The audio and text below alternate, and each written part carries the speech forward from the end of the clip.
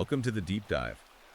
Before we even get started today, do us a huge favor. Just hit that like button and subscribe to the show. Yeah, please do. It really helps us out. It does. It helps us keep bringing you these incredibly in-depth, long-form explorations of the most talked about, controversial, and fascinating materials out there. Absolutely. And our mission today is, well, it's a massive one. We are doing a comprehensive cover-to-cover architectural review of a highly provocative new ebook that is making some serious waves right now.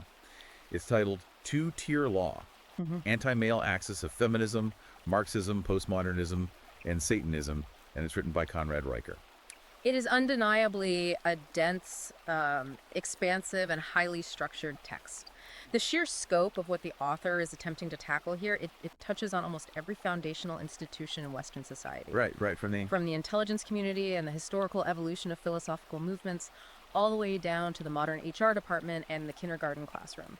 Yeah, exactly. And we want to hook you right away, especially if you are someone who already follows the men's rights activist space, the MRA space, and the broader red-pilled manosphere. Because if you're in that space, you're already familiar with the day-to-day frustrations regarding family courts or corporate diversity quotas. Right, but this deep dive is specifically tailored for you because we are going to explore how this book doesn't just list grievances. It actually attempts to build a massive, overarching historical architecture. It's trying to explain exactly how these institutions were systematically captured by feminist and Marxist ideologies over the last century. Yeah.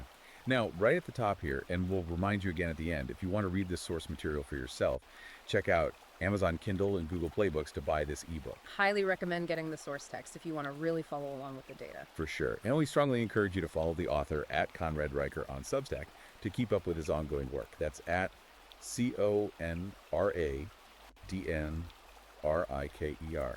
Which brings us to a very necessary point of order before we really delve into the chapters and the specific claims made within this text. Yes, exactly. We have a mandatory impartiality disclaimer that we need to state clearly and emphatically to you, the listener. It's important we lay this out. Very. The source material we are covering today contains highly politically charged, right-wing and polarizing content. We are not taking any sides today. We are impartially reporting on the contents of this book. We want to make it absolutely clear that we are not endorsing the viewpoints, claims, or political stances of the author, but simply conveying the ideas and arguments exactly as they are presented in the original source material to help you understand this specific cultural perspective. Right. Our job is to be your expert guides through the text. We're helping you understand the architecture of the arguments, nothing more, nothing less. Precisely. We are analyzing the structural integrity of the author's worldview as he presents it. We're looking at how he connects seemingly disparate historical events. The specific data points he chooses to highlight. Exactly, and the narrative framework he relies upon to make his case to his specific audience. We are essentially looking at the mechanics of the argument. Okay, let's unpack this, Sure. starting with the preface. Yeah. Because Conrad Reicher doesn't just, launch right into dense academic theory or geopolitical history. No, he doesn't. He grounds this entire massive macro-level worldview in a deeply personal origin story. He describes this moment of absolute crushing disillusionment. Yeah, he talks about doing everything a man is traditionally supposed to do, studying hard, building a career, providing for a family, playing by the rules. And then he says he was completely wiped out. But the key distinction he makes, and this is crucial, is that he wasn't ruined by his own incompetence or bad luck. He claims it was by institutional design. That's a vital distinction for understanding the rest of the book. His origin story acts as the emotional anchor for the entire text. He essentially invites the reader into his own radicalization process. Right. He describes going through a divorce that didn't just end a relationship, but completely bankrupted him financially. He details these really exhaustive experiences with the family court system, where he felt he was treated by default as a criminal and a risk. Simply for being a father seeking access to his own children. And he talks about his experiences in the corporate world, too. Watching HR departments punish his ambition and directness. While, in his view, promoting female colleagues based on quotas and compliance rather than actual merit. He even brings his own son into the narrative, which really adds a generational weight to his argument. He really does. He describes how his son's natural physical energy and boyish curiosity were immediately pathologized as behavioral disorders by the modern school system. So he's looking at his bank account, his custody arrangement, his career trajectory, and his son's educational experience. And this collective personal trauma leads to his red pill awakening. And that awakening, as he defines it, is the realization that the cultural promise of equality was a massive generation-spanning bait and switch. He writes that the goal of these movements was never actually fairness or egalitarianism. According to his thesis, the true objective was always female supremacy and the creation of institutionalized grievance as currency. That's a heavy phrase.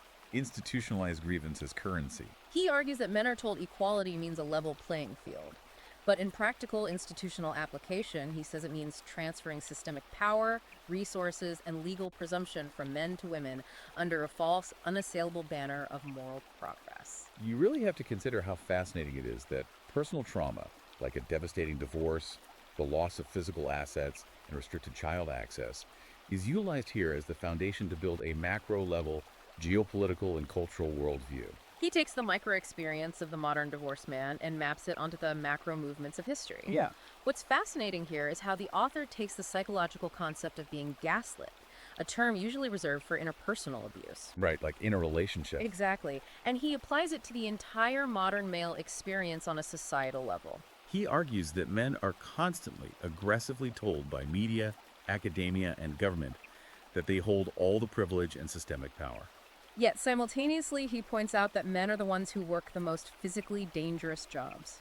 They make up the overwhelming majority of workplace fatalities. They're drafted to serve in the military. They have significantly higher suicide rates, die earlier, and carry the heaviest tax burdens. He uses this incredibly evocative phrase, bait and switch tyranny, dressed up as justice. It's quite the image. He points out the sheer cognitive dissonance required for a man to pay for the house, the kids, the health insurance, often paying alimony and child support long after a divorce, while being constantly lectured by the culture that he is the oppressor and the beneficiary of an unfair system. To explain how this societal gaslighting was achieved, he introduces the core architectural concept of the book, the axis. The titular anti-male axis. Right. He doesn't view the challenges men face as a series of unfortunate, disconnected cultural accidents. He argues that four distinct ideological movements were fused into one cohesive institutional machine designed to dismantle the traditional patriarchal order. Right, let's break down this axis because it's the lens through which the entire book operates. First, he lists feminism, which he categorizes as the reproductive and social engine of the axis. Then Marxism, focusing on the economic side. Class warfare and the forced redistribution of resources. Third is postmodernism. And I want to pause here because for listeners who might not have majored in philosophy, how does he define postmodernism in this context? And why is it part of a machine supposedly designed to target men? It's a great question. In the context of Riker's argument, he views postmodernism essentially as the weaponization of subjectivity. Okay. He argues that postmodernism is the deliberate destruction of objective truth and fixed language. If you can convince a society that there is no objective biological reality, no fixed historical truth, And that all human interactions are just power struggles between oppressors and the oppressed. then you can rewrite the rules of society entirely. By severing language from objective reality, he argues, postmodernism allows activists to redefine terms like violence, equality, or gender to suit their political needs. Which makes it impossible for men to defend themselves using traditional logic or objective facts. Exactly. That makes sense within his framework. If the rules of logic are deemed oppressive, you can't use logic to win the argument. And that brings us to the fourth and most provocative pillar of his axis, Satanism. Now, we need to clarify exactly what he means by this because he spends a lot of time defining it, and it's not what the average person picturing Hollywood horror movies might think. Yeah, he is very explicit early on that he does not mean literal supernatural devil worship involving pentagrams and cloaks. Right. In the sociological context of this book, Satanism is defined as the deliberate subversion, inversion, and mockery of traditional Western virtues and the natural order. He uses the archetype of the adversarial spirit. He points to modern psychology as an example of this subversion, right? He specifically calls out the American Psychological Association, or the APA, and their highly controversial 2018 guidelines for psychological practice with boys and men. Yes, the author leans heavily on those 2018 APA guidelines, which explicitly stated that traditional masculinity marked by stoicism, competitiveness, dominance, and aggression is, on the whole, harmful.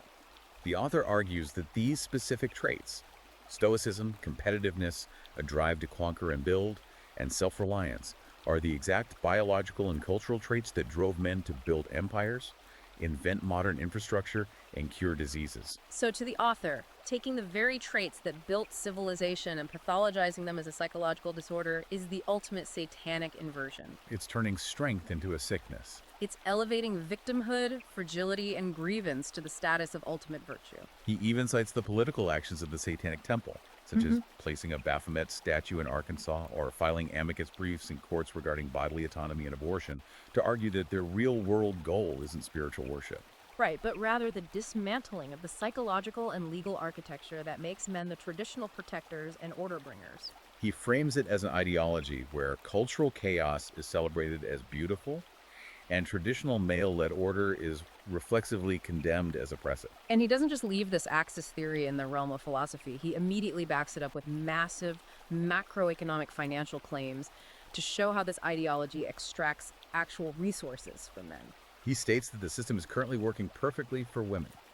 He cites that women receive over $83 billion annually in United States welfare benefits, specifically tied to single motherhood. And he is very quick to point out the math on where that 83 billion comes from. He states that these state benefits are funded almost entirely by the net tax contributions of male taxpayers. He frames this massive wealth transfer as a perverse incentive structure for fatherlessness. According to the book, the state essentially steps in as a surrogate husband, penalizing traditional marriage by financially rewarding its dissolution and glorifying state intervention in family life.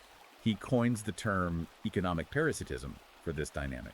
He argues that women are culturally and financially encouraged to have children without securing commitment from the fathers, or to easily divorce the fathers because they can then demand resources from the very men they excluded. Mediated by the coercive power of the state, it is a sweeping, brutal indictment of the modern welfare state, framing it entirely through the lens of gendered resource extraction. It's an incredibly bold opening to a book. He establishes the personal pain, defines the philosophical machine, the axis that he blames for it, and then shows the billion-dollar receipts of how it operates today. But then he does something very unexpected. He pivots away from the present day, and Chapter 2 dives into what he calls the feminist Faustian bargain. He goes deep into historical revisionism to explain how this all started. Right. If we look at how he traces this back, he argues that the current state of affairs didn't just organically evolve because society became more enlightened. He claims it was engineered. Engineered from the top down. Here's where it gets really interesting. Because the author doesn't just say early feminism was flawed or that it naturally mutated into something he dislikes over time. He claims it was an intentional, highly funded, psychological operation. He points the finger directly at the United States intelligence apparatus. Wait, back up. The CIA. When you first read that, it sounds like a massive conspiracy theory leap. How does he possibly connect a Cold War intelligence agency focused on the Soviet Union to modern gender theory and feminism? It does sound jarring initially, but he builds a very specific historical architecture to support the claim.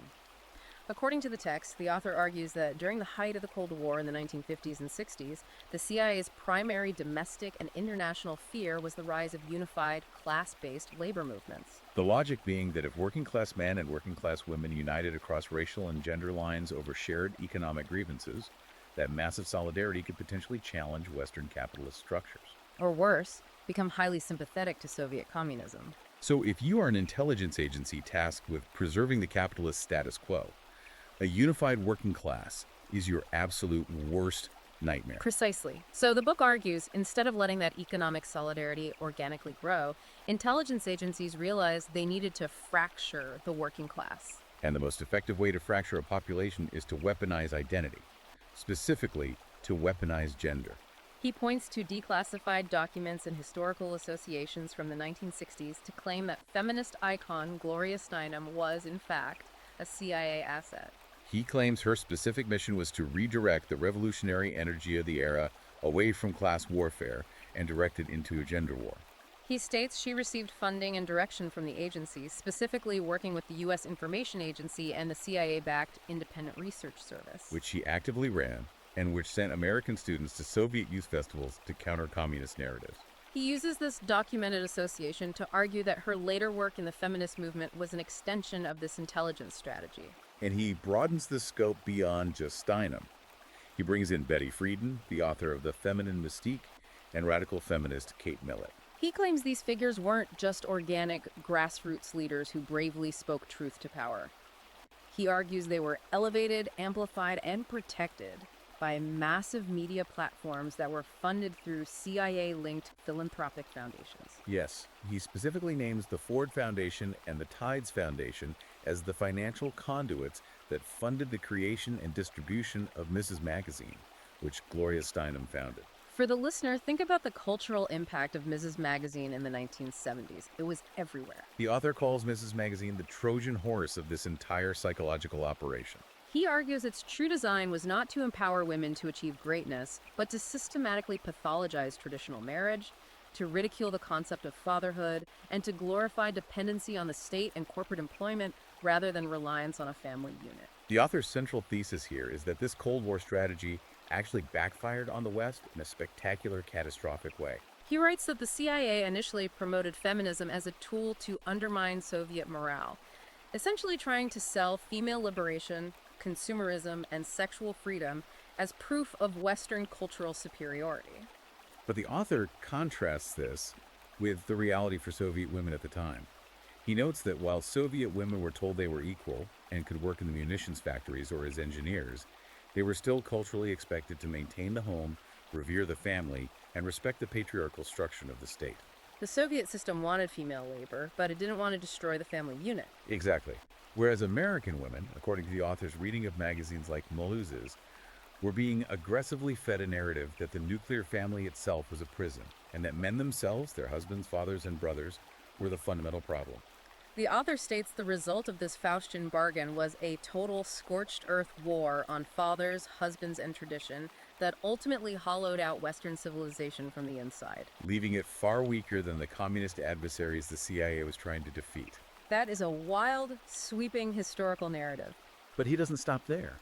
He then ties this CIA-funded gender fragmentation directly back to Marxism with what he calls the Marxist matriarchy merger. And he brings in a group called the Frankfurt School. For the listener who might hear terms like cultural Marxism thrown around online, this is the origin of that concept.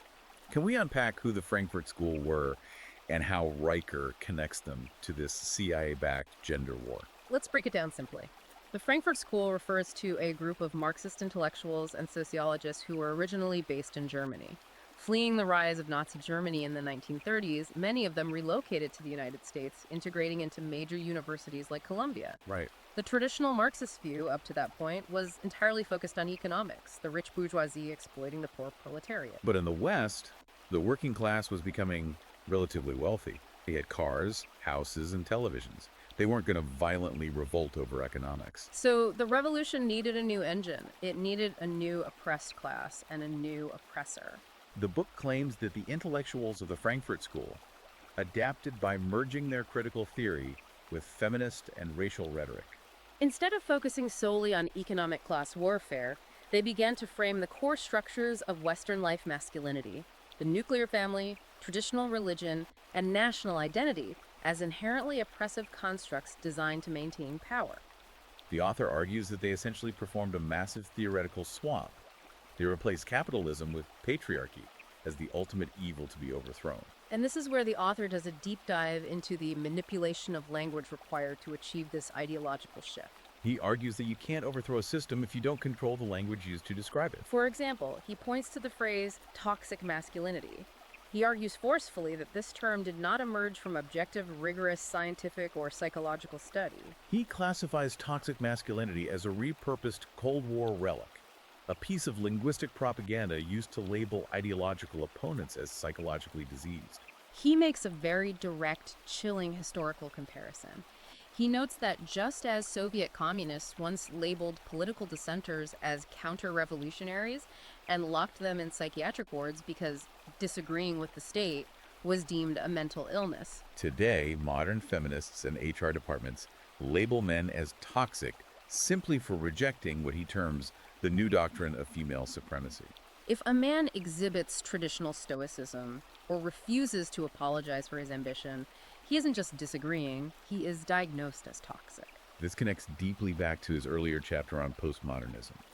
You mentioned earlier how postmodernism severs language from reality. How does he see that playing out practically here? He invokes those postmodern philosophers like Jacques Derrida and Michel Foucault to explain this severance. To use an analogy, imagine playing a game of chess, but halfway through, your opponent decides that the rules of how the knight moves are oppressive. Okay. And they declared that their pawns can now move anywhere they want based on their lived experience. If language has no fixed, objective meaning rooted in reality, the author argues, anyone with institutional power can redefine truth to win the game. He uses this to explain exactly how the concept of gender was successfully detached from biological sex in the public consciousness. And how the word patriarchy evolved into what psychologists call a thought-terminating cliche. It became a magic word used to explain away any complex issue. From disparities in corporate boardrooms to traffic jams to climate change, everything is the fault of the patriarchy. He argues that modern activists don't seek to discover objective truth. They seek narrative control. And securing that narrative control transitions the book's focus seamlessly from the historical origins of these theories in the 1960s and 70s directly into their ruthless modern application within the institutions we interact with every single day. So we have this massive historical architecture, the CIA, the Frankfurt School, postmodern philosophy. What does that actually look like when it's applied to the institutions we have to walk into? Which brings us to the modern day and the author's brutal critique of where we are right now. Let's look at education and the corporate world, what he so vividly titles the schoolhouse gulag in corporate cuckoldry. Starting with the schools, the book claims that 42 different U.S. school districts have explicitly either removed, significantly downplayed, or entirely reframed Western civilization from their history and literature curricula. Actively framing it to students as an oppressive force. Yes. The author asks a deeply rhetorical question to highlight the absurdity of this as he sees it. He asks, what exactly is oppressive about the Magna Carta establishing the rule of law, or the scientific method, or the legal concept of habeas corpus? He readily acknowledges that these foundational concepts were overwhelmingly built and codified by European men. But he argues that these achievements are the inheritance of all humanity, the very tools that lifted the world out of poverty and tyranny. Yet he claims the modern public school system is discarding these monumental achievements like outdated, infected software. He gives a very specific, almost surreal example from Oregon to illustrate this point. He claims a school district there actually replaced the teaching of William Shakespeare's Macbeth, a foundational text exploring ambition, guilt, and human nature. And replaced it with what? With a contemporary play about a non-binary warrior who overthrows a patriarchal, oppressive kingdom using what the curriculum described as pronoun magic. For the author, that anecdote isn't just silly, it's emblematic of a systemic erasure. He argues that modern schools don't simply fail boys to neglect. He asserts they are deliberately engineered to punish them. Look at how the book frames the physical classroom environment. The modern classroom, he says, exclusively rewards the female behavioral archetype. Sitting quietly for long hours, extreme compliance to authority, and being highly emotionally expressive in approved ways. Right. And if a young boy exhibits natural male behaviors, if he wants to roughhouse, if he climbs a tree at recess, if he breaks a toy to see how it works, or if he aggressively argues a point with a teacher instead of just accepting it, he isn't guided or mentored. He's immediately labeled with ADHD. The author is incredibly firm on this point, and it ties back to his own son's experience. He claims ADHD, in the vast majority of cases, is not a legitimate neurological disorder. Rather, he calls it male energies suppressed by feminized classrooms that demand total compliance over natural curiosity. To support this controversial stance, the book cites a specific Yale study that focused on boys who had been labeled disruptive or problematic in class. According to the author's detailed reading of the study's findings, these boys weren't actually misbehaving out of malice or disorder.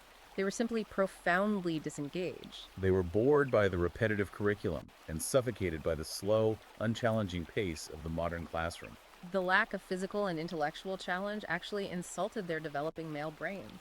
But instead of the educational system adapting to challenge these boys, perhaps by introducing competition, physical activity, or higher stakes, the author argues the schools adapted the label. They turned natural male curiosity and rambunctiousness into a pathology. He describes a system that eagerly drugs and shames energetic boys into compliance, while simultaneously praising girls for achieving near academic mediocrity through quiet obedience.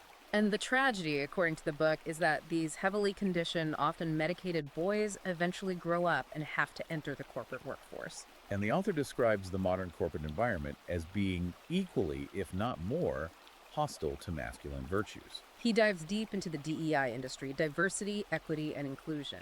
He doesn't just call it a trend.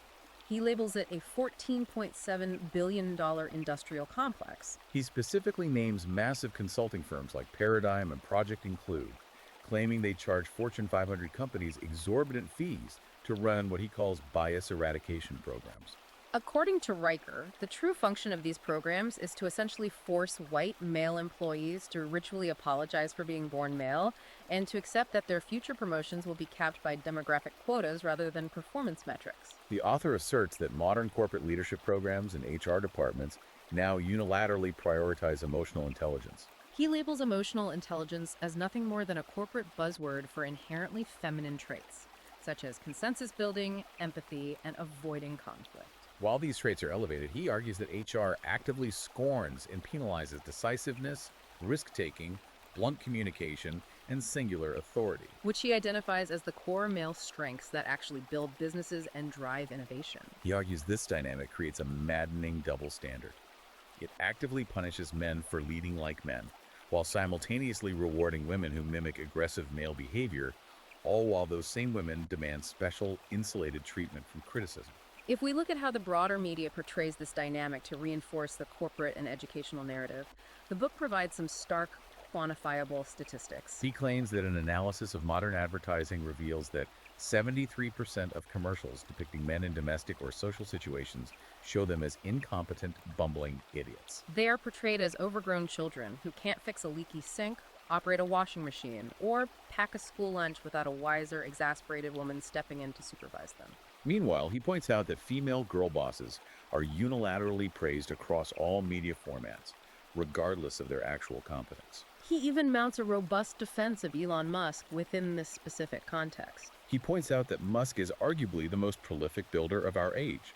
He built Tesla, created SpaceX, founded Neuralink, and revolutionized the aerospace industry by landing reusable rockets. Yet the mainstream media relentlessly labels him as arrogant, toxic, or problematic. Why? Because, in the author's view, male achievement is no longer celebrated in Western culture. It's criminalized. A man building an empire without apologizing is deeply threatening to the Axis. If we connect this to the bigger picture, this is where the author introduces his overarching socioeconomic theory, the concept of the consumer caste system. He argues that historical Western civilization was fundamentally built on an operating system where men were the primary producers and builders. They were the ones inventing the technology, leading the expeditions, building the infrastructure, and providing the physical protection. Conversely, he argues the modern, inverted system positions women as the ultimate consumers and the ultimate critics of that male production. He backs this up with massive economic data, claiming women control roughly 70% of all consumer spending in the United States and purchase over 70% of all books published. That massive economic weight dictates cultural tastes and corporate behavior. Exactly. For example, he points out that because women dominate the literary market, Amazon's algorithms and major publishing houses naturally bury books on traditional Stoic philosophy or masculine skill building. While elevating endless volumes focused on emotional healing, finding your truth, or dismantling the patriarchy. The cultural output reflects the consumer base. The author's bleak conclusion here is that men are effectively forced to labor as a new disposable proletariat caste. They are expected to continue building the roads, maintaining the power grids, and driving the economy, while constantly being told by the culture they are evil oppressors, all to fund a system that overwhelmingly, systematically benefits female consumers. He uses Sweden as his ultimate, terrifying cautionary tale for what this caste system looks like when fully realized by the state. He paints a very bleak picture of what is globally hailed as the ultimate progressive egalitarian utopia. He cites the official budget of the Swedish Gender Equality Agency, noting they spend a staggering 812 million SEK annually. But he claims this money doesn't go toward equality. It is used to promote policies and NGOs that deliberately transfer resources, legal protections, and political power directly from men to women. To make this abstract policy concrete, let's look at the specific case study he details. Imagine being this guy. The author describes a man living in Malmö, working hard, earning a respectable 65,000 SEK a month. He gets divorced. It's a no-fault divorce, standard procedure. But within months, the author states, The state machinery completely guts him. 40% of his gross income vanishes instantly into mandatory alimony and aggressively calculated child support. Meanwhile, according to the case study, his ex-wife doesn't just receive his money. The state showers her with additional benefits. She receives massive housing subsidies, free state-sponsored childcare, and specific tax breaks exclusively designed for single mothers. The author concludes that in this scenario, the Swedish state didn't just passively mediate a divorce. It took a side. It armored the ex-wife, weaponizing the man's own tax dollars and labor against him. Effectively turning him, and men like him, into a disposable laboring caste existing solely to fund a matriarchal welfare state. This systemic, state-sponsored transfer of resources and the sheer imbalance of power leads directly into what is undeniably the darkest, most intense, and arguably the most crucial section of the entire book. Chapter 18, which he bluntly titles The Legal Lynching of Men.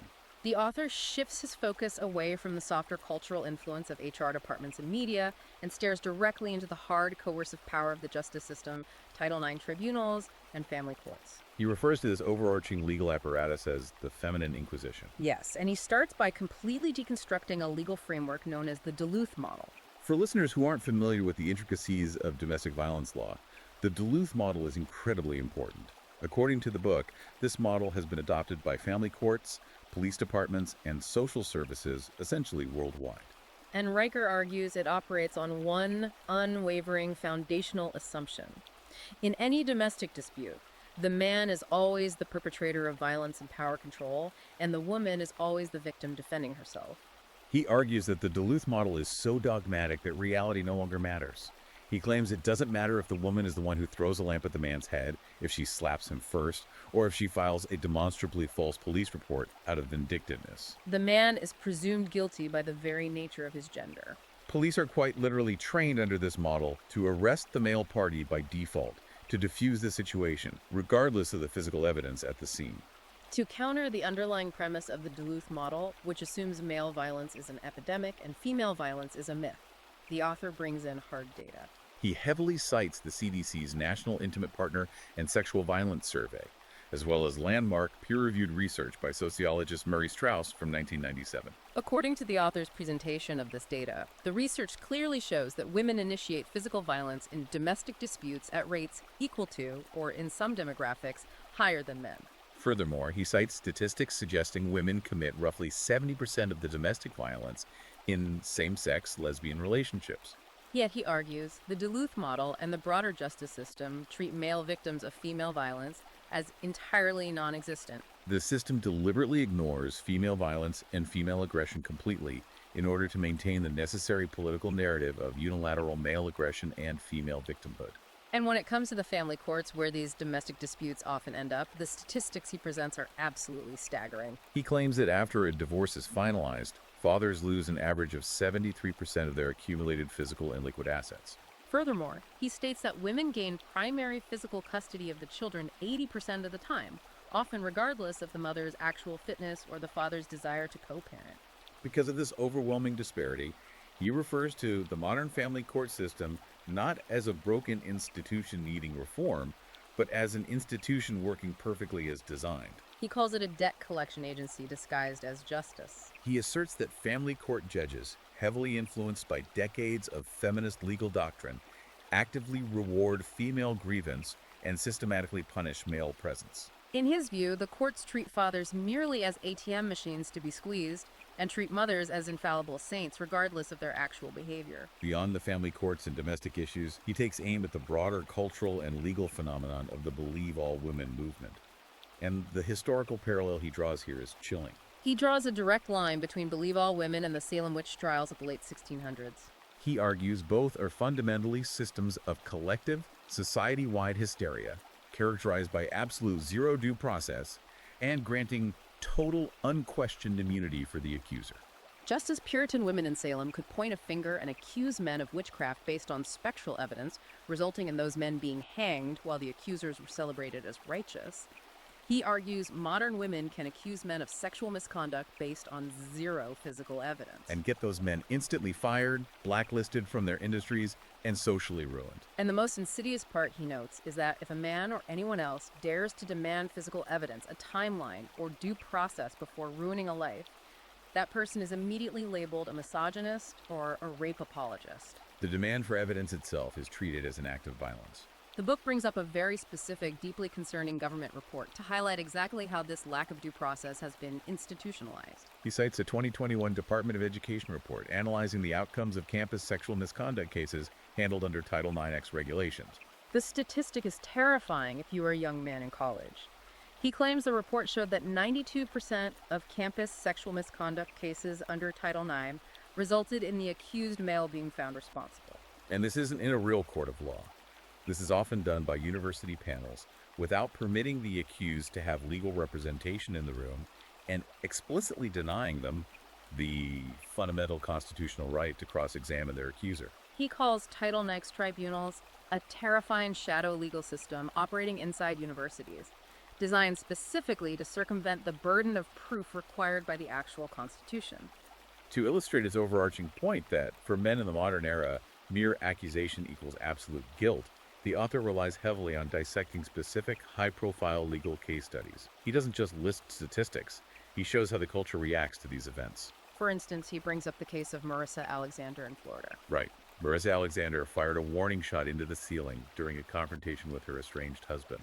She didn't hit anyone, but she was initially sentenced to 20 years in prison under mandatory minimums. The author uses this specific case to make a profound argument about the state's monopoly on violence. He argues the law doesn't actually fear female violence. It fears male resistance to authority. He uses her case to argue that when women use violence, the system often tries to find a way to contextualize it as self-defense or trauma. But when men even display the capacity for violence, it is prosecuted to the maximum extent. He also mentions the infamous Central Park incident involving Amy Cooper and Christian Cooper. The video went viral. Amy Cooper, a white woman, called the police on Christian Cooper, a black man who was bird watching, falsely claiming he was threatening her life. The author frames the Amy Cooper incident not primarily as a story about race, but as a story about the weaponization of gendered privilege. He argues that Amy Cooper knew exactly what the cultural and legal script was.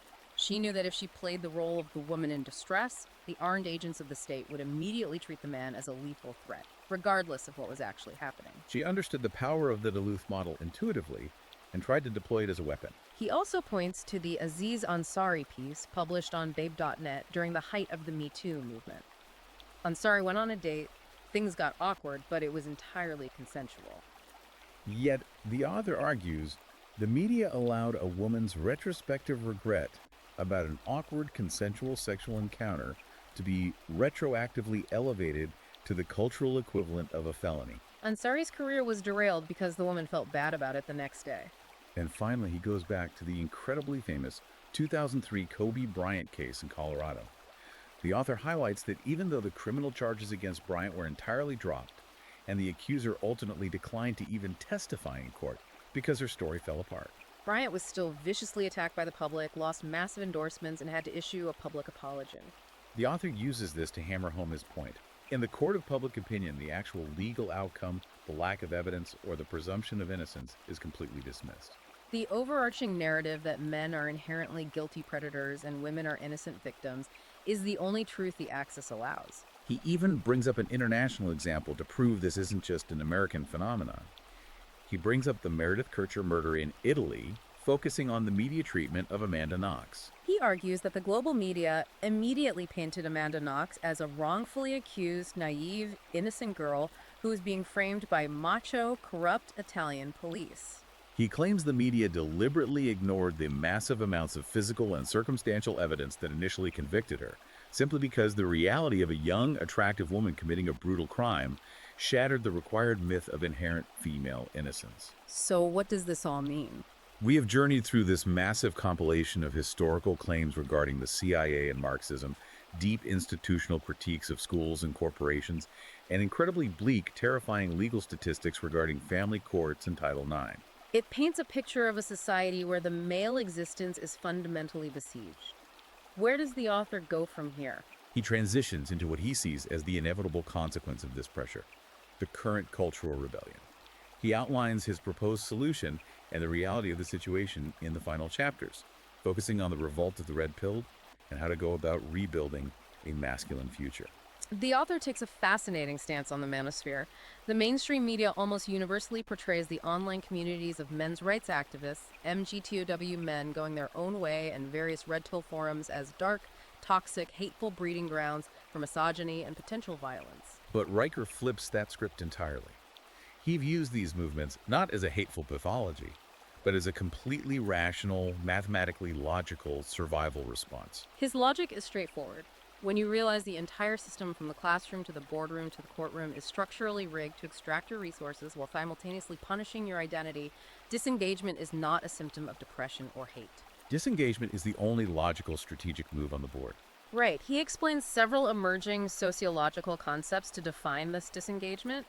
He talks about lying flat, a concept that actually originated in China but is spreading to the West, where young men simply do the bare minimum to survive, refusing to strive for promotions or buy expensive consumer goods. He discusses the nest egg rebellion, where men hoard their wealth in crypto or hard assets, rather than spending it on dating or traditional markers of success. And he highlights the No Kids Club, where men are actively permanently choosing to opt out of marriage and fatherhood, refusing to legally bind themselves to a system that treats them as what he calls a wallet with a heartbeat.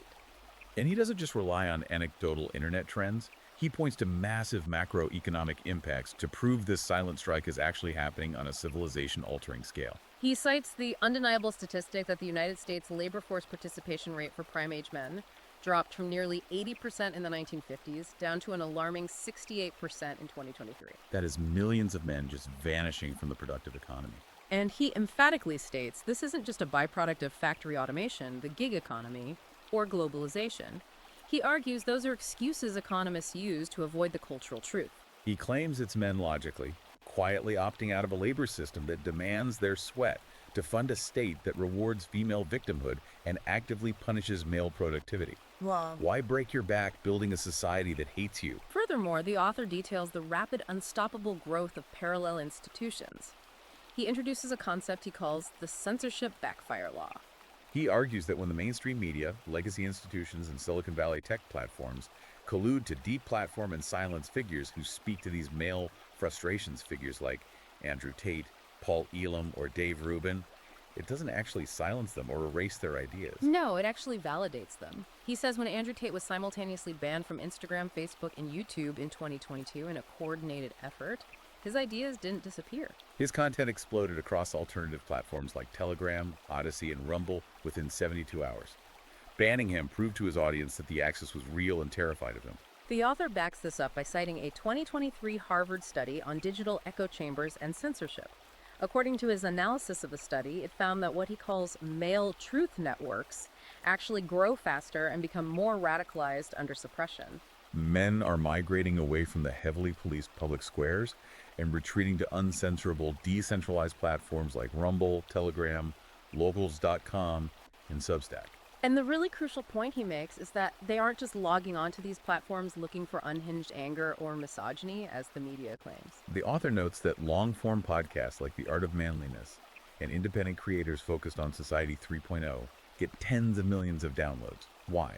Because these men are desperately seeking meaning, structure, discipline, and practical advice. They are turning to ancient Stoicism, studying the meditations of Marcus Aurelius, and learning physical skills to rebuild a sovereign identity completely outside the approval or confines of the mainstream narrative. This raises an important question, and is the core philosophical dilemma the author wants the reader to grapple with as the book concludes.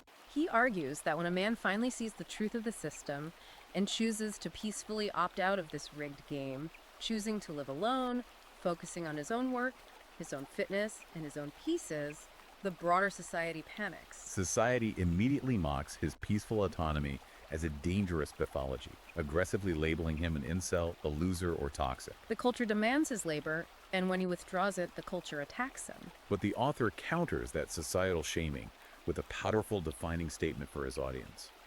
Solitude is not sickness, it's sanity, especially when faced with an overarching system that inherently penalizes male participation at every level. So after laying out this exhaustive diagnosis, what is his ultimate remedy? How does he propose men should rebuild their lives and eventually civilization? He states that the very first step is entirely internal. Men must completely, unequivocally reject the concept of shame. They must stop apologizing for their history and their nature. He demands they embrace what he calls the red pill of biology, the unchangeable scientific truth that men and women are fundamentally, biologically, and psychologically different, equipped with different natural strengths and designed for different societal roles. He demands that men refuse to apologize for male nature, male ambition, or male desire for hierarchy. On a political and institutional level, his demands are sweeping. He calls for the total repeal of all corporate and academic gender quotas, arguing they destroy meritocracy. He demands the immediate end of automatic maternal preference in family courts, advocating for a default 50-50 starting point. Ultimately, he calls for men to unapologetically retake leadership roles in law, education, and the family unit. Because, in his absolute view, the survival of physical civilization itself depends entirely on male responsibility, male building, and the reinstatement of a functional, respected patriarchal operating system.